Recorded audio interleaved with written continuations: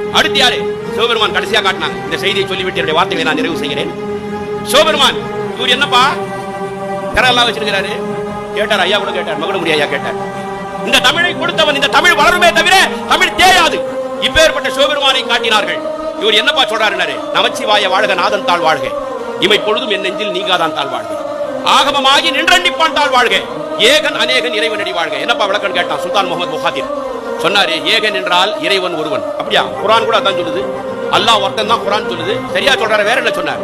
ஏகன் இறைவன் ஒருவனாய் இருக்கிறார், அநேகன் அவன் எல்லா உயிர்களிலும் இருக்கிறான் என்று சொன்னார்கள். அப்படியா? இதை சொன்னவர் யார்? மாணிக்க வாசகர். எதுல சொன்னார்? திருவாசகத்துல. வேற என்ன சொல்லியிருக்கிறார்? அடங்கியவர்களுக்கு அப்பா போற்றி, இத்தி தண்ணின் கீழ் இரு மூவருக்கு அத்திக்கருடைய அரசே போற்றி, தென்னாடுடைய சிவனே போற்றி, எந்நாட்டவருக்கும் இறைவா போற்றினார்.